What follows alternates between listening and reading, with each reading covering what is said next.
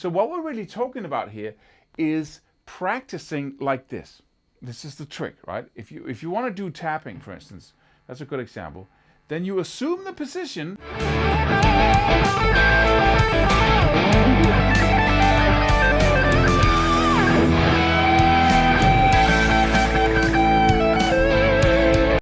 How do you kill unwanted string noise, right? This is a nightmare of a noisy instrument, especially when you're using distortion. So we need to really become good at that. And it seems like people don't think much about it when they are at a certain level, right? And then we try to play something that they play, and it sounds absolutely ridiculously awful because there are all kinds of strings ringing out. I use a simple technique, and that technique is that I distinguish between the strings that are towards the floor and the lower strings. So if you're playing a note, let's say you're playing a note in the 5th fret on the G string, naturally my first finger here is not only fretting that note, but it's also kind of muting. If I could go like this, it's also muting the 2 top strings here.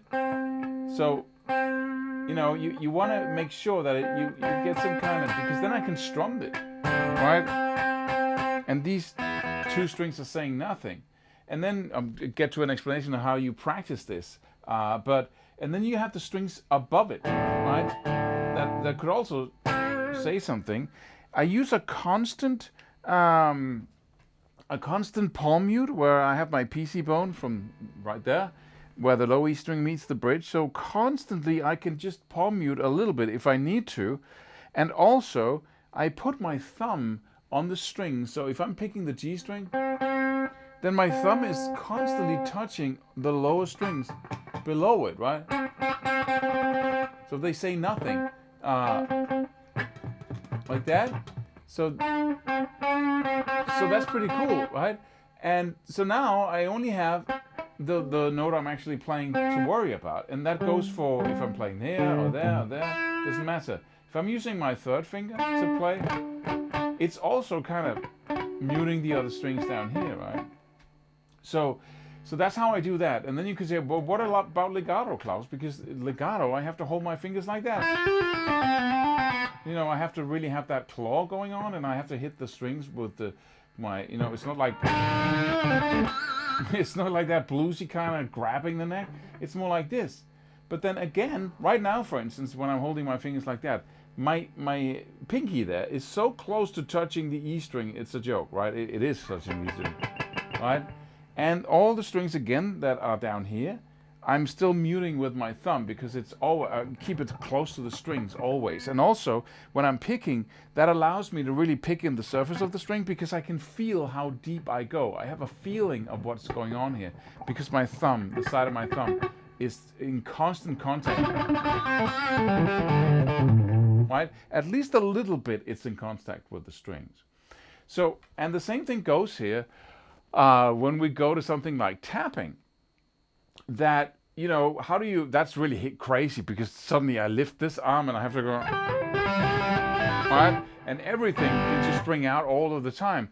But what I do is I go here, right? Let's just say I'm, you know, palming my my pick. I could also tap with my middle finger. It's not quite as strong, but you know, so let's use this. So we have a note here. Well, you know how I'm going to go about, you know, muting all the strings that are lighter or above note-wise or below if it's in your ceiling floor down here. So if I'm playing, let's say, the G string again, then the B and E are muted by my 1st finger. Then what I do here with the lower strings is that I put my palm on the strings, right?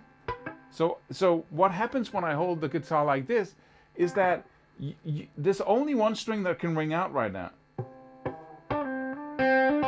And these are, right, okay, now I'm borrowing, but you know, these are muted and these are muted by my hand.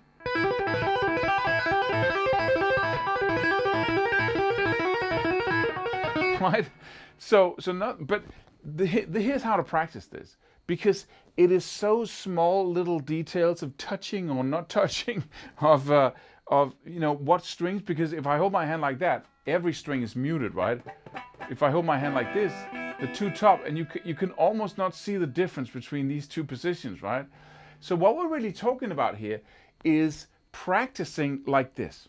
This is the trick, right? If you want to do tapping, for instance, that's a good example, then you assume the position of where do I want to hold my hand, and then I find the right position by, that's a little bit too much, right? Then I take my arm a little bit up, that's right there. First finger. As soon as I have the right position, I do this, and then I get right back to it, right? Do this and right back to it. Do this and right back to it. Because I'm not practicing tapping, I'm practicing muting all the other strings, and that is a one movement. So you find the right position, drop it immediately, find the right position, drop it, find, drop, all the time, right? Hundreds of times.